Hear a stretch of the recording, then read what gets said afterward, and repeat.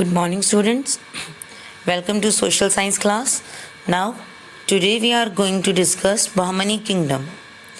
Bahmani Kingdom was established by Hassan Gangu. The person's name is Hassan Gangu. In 1347, he established Bahmani Kingdom. Okay. He was an officer of Mohammad bin Tughlaq. जो हसन गंगू था वो मोहम्मद बिन तुगलक के पास एक officer था and his name is Hasan Gangu. But it is not looking good के what is the name of the king? Hasan Gangu, है ना. It is just like the name of a slave और a simple common person. So he assumed the title of Alauddin Hasan Bahman Shah. Okay, उसने हसन गंगू का name change करके क्या रख लिया अपना नेम?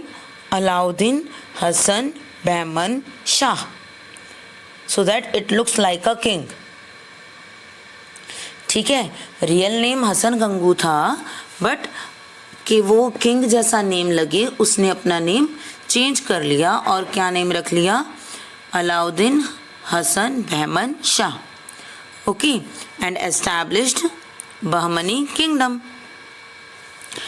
ही divided his kingdom into 4 provinces.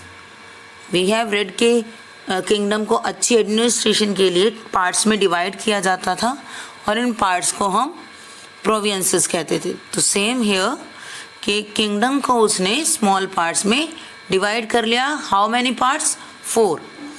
पूरे 4 पार्ट्स में डिवाइड किया. गुलबर्ग, दौलताबाद, बेरार और बीदार, ये 4 पार्ट्स थे. गुलबर्ग, दौलताबाद, बेरार और बीदार. ओके, नाउ बहमनी किंग्स जो थे उन्होंने रूल किया 175 ईयर्स तक और टोटल 18 रूलर्स रहे बहमनी किंगडम में.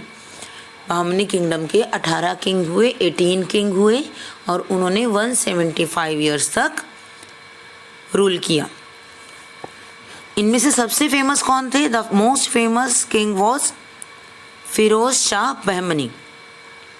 ही was the most famous ruler who ruled from 1397 to 1422. 1397 से 1422 तक उन्होंने रूल किया. He was very learned man. Learned means intelligent, पढ़े लिखे. ठीक है, he was very learned man. He was a good calligraphist. आप कैलीग्राफी करते हो? Calligraphy means writing. तो ही वॉज अ गुड कैलीग्राफिस्ट. जो हसन बहमन शाह थे वो बहुत अच्छा रिटर्न वर्क करते थे. कैलीग्राफी बहुत अच्छी थी उनकी. He composed verses and Arabic, Persian, Marathi, Telugu and Kannada. उसने लिटरेचर वर्क किया अरेबिक लैंग्वेज में, पर्शियन लैंग्वेज में, मराठी में, तेलुगु और कन्नड़ा लैंग्वेज में भी. Okay, he was a Muslim but he knows about the other language जो इंडियन लैंग्वेज है उनके बारे में भी उन्हें पता था, मराठी, तेलुगु, कन्नड़. ओके, अरेबिक और पर्शियन लैंग्वेज में तो उन्होंने लिखा ही, साथ में अरेबिक, मराठी, कन्नड़ और तेलुगु में भी रिटर्न वर्क किया. Okay, Firoz Shah wanted to make Deccan a cultural centre of India. जो फिरोज शाह थे बहमनी किंगडम के इम्पोर्टेंट किंग, वो क्या चाहते थे? He wanted to make Deccan area, जो सेंट्रल पार्ट और साउथ इंडियन पार्ट है इंडिया का, उसे कल्चरल सेंटर बनाना चाहते थे कि वहाँ पर कल्चरल एक्टिविटीज़ हों, लोग देखने आएँ और पसंद करें. तो he build an observatory in Daulatabad. इसके लिए उन्होंने एक ऑब्जर्वेटरी बनाई दौलताबाद में. ओके, और many learn man and scholar came there from different part of India and abroad. बहुत से इंटेलिजेंट पर्सन जो विज़िट करने आते हैं इंडिया को, जो इंडिया में कुछ सीखने आते हैं वो इंडिया से और अब्रॉड से, abroad means from the foreign countries, ठीक है, वहाँ से इंडिया में आए।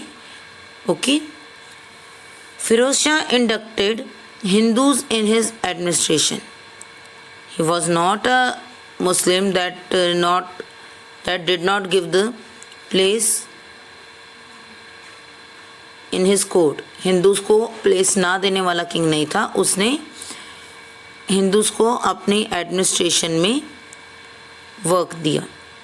He had to leave the throne to his brother Ahmad Shah, who transferred his capital from Gulbarg to Bidar। उसे जो थ्रोन मीन्स सिंहासन, अपनी जो गद्दी थी वो अपने भाई के लिए छोड़नी पड़ी, जिसने अपनी कैपिटल गुलबर्ग से बिदार शिफ्ट कर ली थी। Okay, during 1463 to 81 Mahmud Gawan was the prime minister, but in reality he controlled the whole administration. 1463 से 81 CE तक उनका प्राइम मिनिस्टर कौन रहा? Mahmud Gawan. Okay, he was known as the prime minister, but in real he controlled the whole administration। Reality में उस time पर पूरी administration Bahmani kingdom की कौन होल्ड करके बैठा था? The Prime Minister, that is Mahmud Gawan। The kingdom was divided into 8 तरफ्स। अब उसने किंगडम को 8 पार्ट्स में डिवाइड कर दिया और उन पार्ट्स के हेड कौन थे? तरफदार्स। The salary and perks were fixed for each noble। Her noble के लिए सैलरी फिक्स कर दी गई। Salary was paid in cash or in the form of jagir. या तो उन्हें कैश पे किया जाता था या फिर जागीर मीन्स लैंड प्रोवाइड कर दिया जाता था। Okay, at that time the salary was given in the form of cash और in the form of land. Jagir means land. Okay, he built a great madrasa. एक बहुत बड़ा मदरसा। मदरसा क्या होता है? The learning centre for Muslims. Okay, तो महमूद गवान ने एक मदरसा बनाया बहुत बड़ा। The building was beautifully decorated with tile. It could accommodate 1000 student and teacher. बहुत ब्यूटीफुल उसने बिल्डिंग बनवाई मदरसा की, और उस मदरसा में how many teachers and students can live? 1000 teacher and student can accommodate. Accommodate means वहाँ पर रह सकते थे। Okay, Bahmani kingdom was a cultural bridge between north and south India because it is in Deccan area, so it works as a bridge. South India नीचे, north India ऊपर, बीच centre वाला area Deccan area. So Bahmani kingdom was in Deccan area, so it works as the cultural bridge between the north and south India. Okay, next is Ahoms. Ahoms were in Assam, but in reality or originally they belong to Mongolian tribes of Burma. What are tribes? Tribe mean the group of people. Mongolia की tribe से वो थे Burma के area में। Burma means in today's world we call it Myanmar. हमारी neighbouring country है Myanmar, ठीक है, and it was called at that time Burma. Burma के मंगोलियन ट्राइब के लोग थे Ahoms. They consolidate their kingdom in the eastern Brahmaputra valley, that is areas of north Bengal and Assam. उन्होंने अपना किंगडम एस्टैब्लिश किया नॉर्थ बंगाल और आसाम के एरिया में। The name Assam is derived from Ahoms. जो हम आसाम नेम लेते हैं, ये नेम भी अहोम से ही मिला है, ठीक है, उसी से बना है, उसी से फॉर्म हुआ है. Kamrupa was another kingdom there.